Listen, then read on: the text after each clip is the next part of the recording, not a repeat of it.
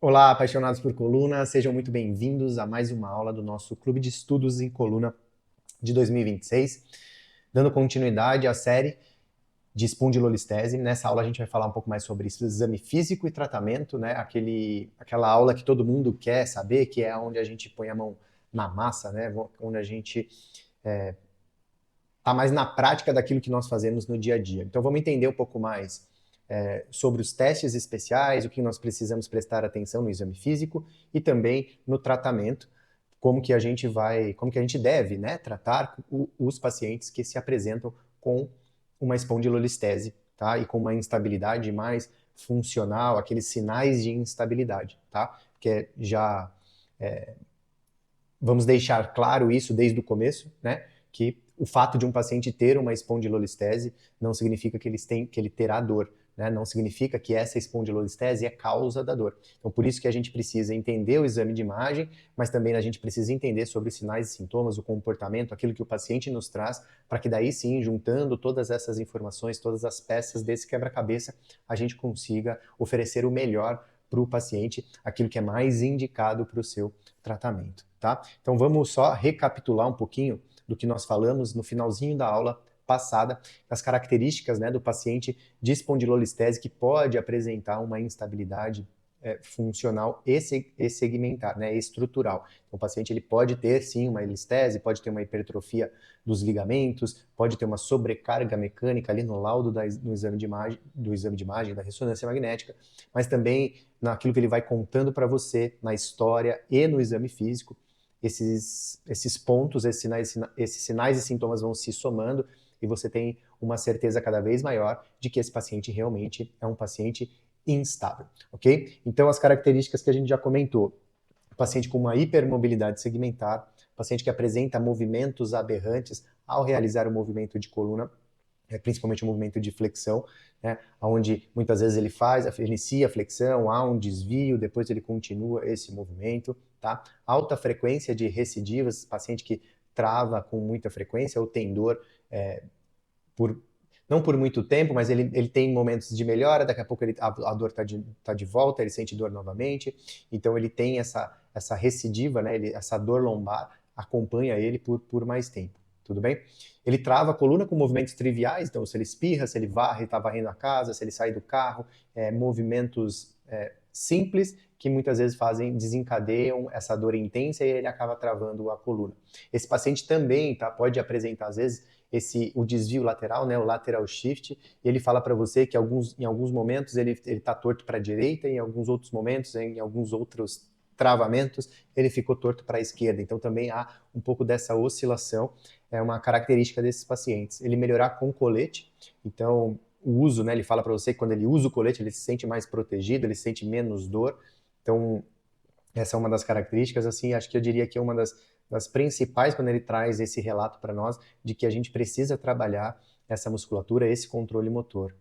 Piora com posturas estáticas prolongadas, seja ela em pé, ou sentada, ou deitado, tá? Então, também uma das características interessantes na história desse paciente é que ele não gosta de dormir muito tempo, porque depois de um certo tempo na cama, a coluna dele começa a incomodar. Assim como em pé, ele precisa ficar mudando de posição o tempo todo, e sentado também, porque senão a coluna começa a incomodar. Essa alteração do ritmo lombopélvico, quando ele faz principalmente a flexão e no retorno da flexão, tá? E o sinal de Gower voltando, né, escalando as pernas, quando ele precisa fazer isso para que ele não sinta dor, ok?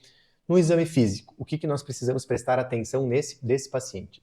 Principalmente no movimento de flexão da coluna, tá? Ali que nós vamos observar se há movimentos aberrantes, se o paciente ele faz alguns movimentos estranhos ao realizar o movimento de flexão, não é um movimento natural, uma qualidade do movimento muito boa. Pode ter um travamento, pode ter esse desvio ao realizar a flexão, por exemplo. Outra característica é uma dor no início da flexão que depois passa, melhora, ou o paciente não sente mais a dor. E também uma dor no retorno, na hora que ele volta, que ele começa a voltar para a extensão, ele sente dor nesse momento. Então, umas características que é importante que a gente observe nesse momento da flexão, tá? Então, assim como a alteração do ritmo lombopélvico, né? Então, de a gente observar se há alguma alteração, se a coluna ela está funcionando normalmente, se a coluna e o quadril estão funcionando normalmente, se há um movimento ok da coluna, mas o quadril trabalhando muito pouco, e aqui o quadril trabalhando muito e a coluna lombar trabalhando pouco, onde a gente vai observar um pouco dessa zona plana, mas também no movimento de retorno, tá? A hora que o paciente ele faz a flexão e ao retornar esse movimento começa a acontecer muito mais na parte, ele começa a voltar mais com a cabeça, com a cervical e torácica e não tanto esse movimento acontecendo na lombar. Tá? Então é importante a gente entender essa alteração do ritmo lombopélvico, que é uma das características desses pacientes. Tá? É importante que a gente faça o teste, né, a PA, o Spring Test, aonde a gente vai buscar uma região dolorosa e uma região de hipermobilidade, onde há um movimento e isso está associado à dor, onde eu observo ao fazer o movimento póstero anterior, um movimento um pouco maior do que o normal e dor, ok? Como é um teste subjetivo, de que eu posso encontrar uma hipermobilidade, você pode achar que é um movimento normal, outro fisioterapeuta pode encontrar essa mesma região como uma hipomobilidade. O mais importante desse teste é uma região dolorosa, ok? Onde nós realizamos o Spring Test, a pressão póstero anterior e o paciente relata a dor. Essa informação é mais importante do que a subjetividade da hipermobilidade, ok? Esse teste aqui, ele é muito importante quando ele é positivo. Ele é um dos principais testes de maior especificidade, de sensibilidade, que nos traz uma informação de que esse paciente realmente pode ter uma instabilidade. Então, lá na história, você já vem suspeitando dessa hipótese, você até antecipou um pouco a análise do exame de imagem, não fez isso no final da avaliação, já fez ali no início ou no meio dessa avaliação, notou que o paciente apresenta uma espondilolistese, e aí você faz esse teste, tá? Que é a extensão lombar passiva, onde a gente vai elevar a perna desse paciente para cima e fazer uma leve tração, e o paciente vai relatar um peso, uma dor, um desconforto na coluna lombar quando a gente faz isso, tá? Então, se esse teste ele é positivo, o paciente relata a dor quando a gente realiza, é um teste que nos traz bastante indício de que realmente esse paciente tem uma instabilidade. Outro teste que a gente pode também realizar para juntar um pouco dessas peças no quebra-cabeça para chegar num diagnóstico mais claro do que está acontecendo é a elevação ativa da perna estendida, né, da perna reta, onde o paciente ele vai elevar a perna, ele pode sentir um desconforto, uma sensação de perna pesada quando ele faz isso, e ao estabilizar, quando a gente faz essa estabilização ali da pelve, do quadril do paciente, aproximando, né, os ilíacos desse paciente, como se realmente fosse uma pressão, como se eu quisesse juntar essas duas pernas, esses dois ilíacos do paciente, e ele realiza essa elevação novamente com a minha pressão, e ele se sente melhor, parece que foi mais fácil, não senti dor, a minha perna subiu mais, a minha perna ficou mais leve quando eu fiz isso. Então também é um indício onde a gente traz estabilidade para essa região e o paciente se sente melhor, ou uma sensação mais fácil, menos dor, uma perna mais leve, ou conseguiu elevar uma amplitude maior a perna. Então também é considerado positivo, ok? Outro teste que eu não gosto de fazer, mas está descrito na literatura, e para ser muito sincero para vocês, eu não faço, eu uso muito mais os outros 3 testes, ok? Mas é o teste de instabilidade em prono, aonde ali no Spring Test nós encontramos a região sintomática dolorosa. Aqui a gente faz a palpação com o paciente nessa posição, tá deitado na maca, com o quadril e as pernas basicamente para fora da maca, segurando bem na maca, porque ele vai precisar fazer a elevação das duas pernas, ok? Então aqui a gente faz a palpação, o paciente relata a dor quando nós fazemos isso, e ao pedir para que ele eleve a perna, então há a contração máxima ali de glúteo, extensores de coluna, abdômen, então é uma contração bem intensa dessas musculaturas, estabilizando esse segmento, você repete a PA, você repete a pressão antero-posterior, e aí o paciente relata que não está sentindo dor, ou essa dor ela diminuiu comparado à posição inicial do teste, tá? Então, uma outra forma de você fazer isso é pedir conscientemente para o paciente contrair o máximo possível dessa musculatura e fazer a pressão antero-posterior sem precisar com que ele leve tudo as duas pernas, tá? Porque pode ser um desafio para pacientes mais idosos, para pacientes com muitas dores, tá? Pode ser algo desafiador realizar esse teste. Então, essa adaptação que eu falei de você só pedir para o paciente contrair sem fazer o movimento, não está descrito em lugar nenhum, tá? É algo que só eu que penso de que o objetivo, na verdade, dessa elevação da perna é a contração máxima dessas musculaturas. Então, tenta pedir para o paciente contrair voluntariamente e ver se a gente consegue modificar a resposta sintomática. E isso já também é um indício. Se ele contrai tudo e ele sente que doeu menos ou não doeu algo quando a gente realiza a pressão posterior anterior, também já é um indício de que essa musculatura precisa ser trabalhada, então a gente vai precisar estabilizar um pouco esse segmento, tá?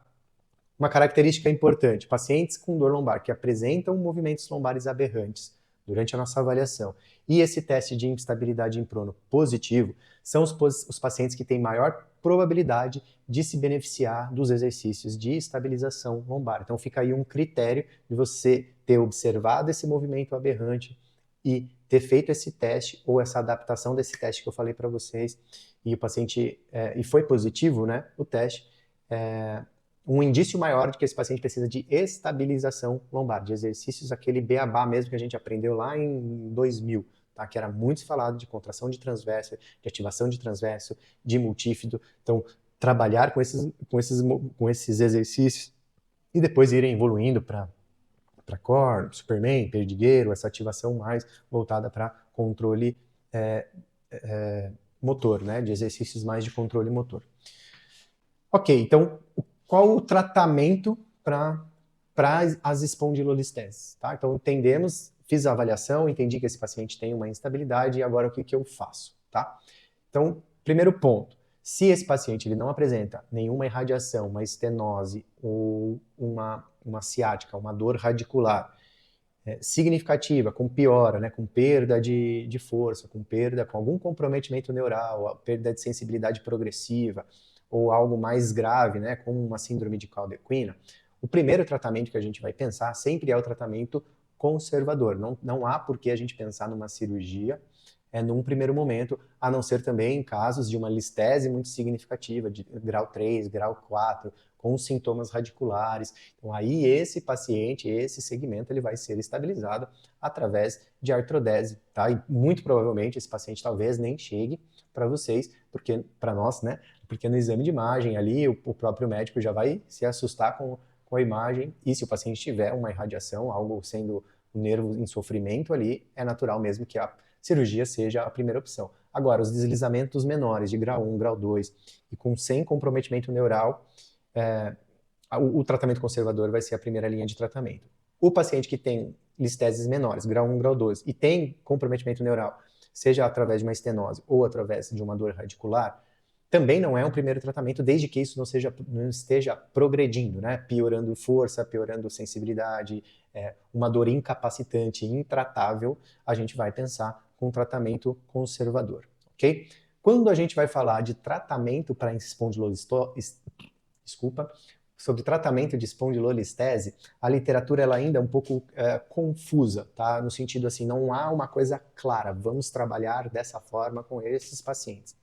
Então, exercício de controle motor, fortalecimento de core, exercício de flexão, exercício de extensão, exercícios gerais, todos esses exercícios trouxeram benefícios para os pacientes com espondilolistese, tá? Uns mais, com algumas especificidades, outros menos, mas de uma forma geral não existe um modo de exercício que seja o padrão ouro, né, que nós devemos trabalhar com esse tipo de paciente. Então, também vai um pouco da sua expertise e também da preferência do paciente, tá? Às vezes um paciente com dificuldade de contrair o transverso, de contrair o multífido, daqueles exercícios onde exige uma consciência corporal melhor, né? Não vou dizer grande, mas melhor, e aquele paciente não está conseguindo encontrar, não está conseguindo fazer a contração do jeito que você gostaria, pode fazer sentido você trabalhar com esses pacientes com exercícios de flexão, por exemplo, e exercícios de fortalecimento do core de uma forma mais global, mais geral e não tão específica com ativação do transverso e ativação do multífido. Tá? Então, nós podemos olhar para isso de uma forma do copo mais cheio, né? E não do copo mais vazio, de olhar para isso entender, olha, eu sei que isso pode ser benéfico, isso também pode ser benéfico, e eu vou adequar o que eu vou passar de acordo com a minha expertise. Então eu tenho, por exemplo, formações, eu tenho uma formação mais em Pilates, eu consigo trabalhar mais essa musculatura profunda, com comandos melhores, eu consigo ajudar esse paciente a contrair o transverso, mesmo que ele esteja com dificuldade.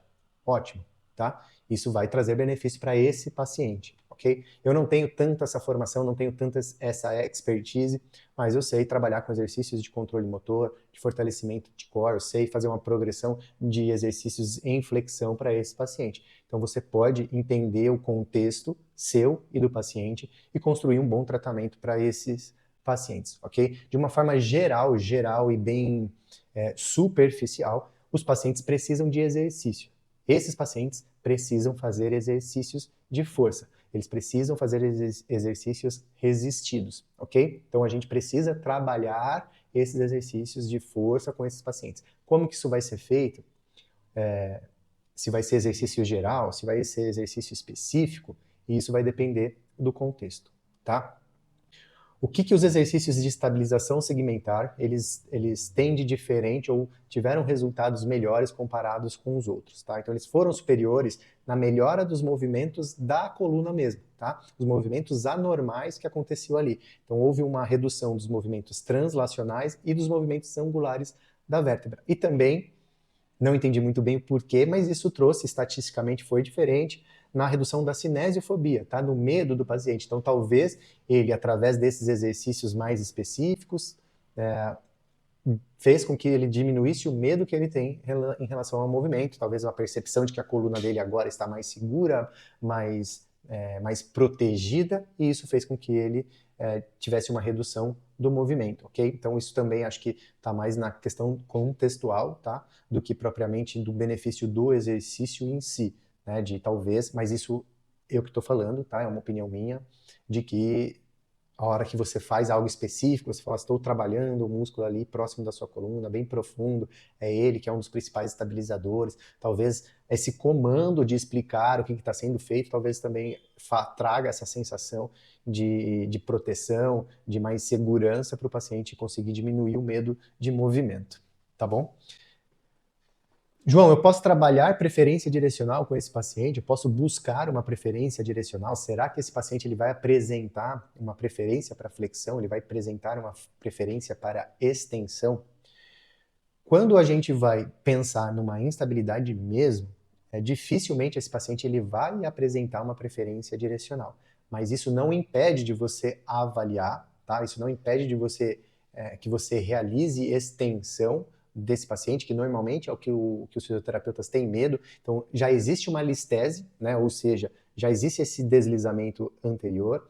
A biomecânica da coluna diz, né, que quando a gente faz mais a extensão, há esse deslizamento anterior, e quando a gente faz a flexão, há esse deslizamento posterior. Então, alguns fisioterapeutas têm esse medo pelo raciocínio, já está deslizado, se eu continuar fazendo extensão, eu vou aumentar ainda mais esse deslizamento, tá? Mas não há nada que sugira que isso vai ser prejudicial ao paciente, mas a gente tem o mais importante de tudo, que é a resposta sintomática que o paciente está nos dando, tá? Então, se você está fazendo a extensão, mesmo num paciente que ele apresenta uma instabilidade, uma listese no exame, e você faz a extensão e melhora, né, as extensões repetidas ou uma extensão mantida e melhora os parâmetros de amplitude de movimento e dor desse paciente, ele tem uma preferência direcional para a extensão e você vai seguir o tratamento baseado nisso. Talvez numa fase com uma dor um pouco mais controlada, você pode evoluir para exercícios gerais com esse paciente. Mas talvez ele não apresente essa instabilidade, todos esses conceitos e sinais e sintomas que nós trouxemos aqui agora, tá? Agora, se esse paciente ele apresenta essa instabilidade, há mais estudos falando mais sobre a flexão lombar do que a extensão, tá? Mas tem um estudo que mostrou que quando o tratamento é combinado com o uso de colete, então faço a extensão e o paciente usa o colete para tentar manter mais essa postura, foi superior à flexão na redução da dor, tá? De uma forma geral, eu acho que a maioria desses pacientes podem responder mais à flexão, mas isso não quer dizer que ele tem uma preferência direcional para a flexão. São exercícios que vão trazer mais conforto e podem estar associados aos exercícios de controle motor. Tá? Normalmente, esse paciente ele tem uma dificuldade de fazer essa retroversão, tá? Esse paciente ele perde um pouco desse controle, né? Na verdade, de anti e retroversão, e às vezes o exercício de flexão, trabalhando essa retroversão e a flexão da coluna, vão ajudar na melhora do controle motor dessa região. Então você pode pensar nos gatos, né, nos exercícios de gato, associado depois a exercícios de força, mas lembra que muitas vezes a gente vai precisar unir exercícios de controle motor da melhora do ritmo lombopélvico associado à força, tá? Abdômen, glúteo, paravertebrais. Então a gente precisa de exercícios resistidos e a gente precisa de exercícios de controle motor.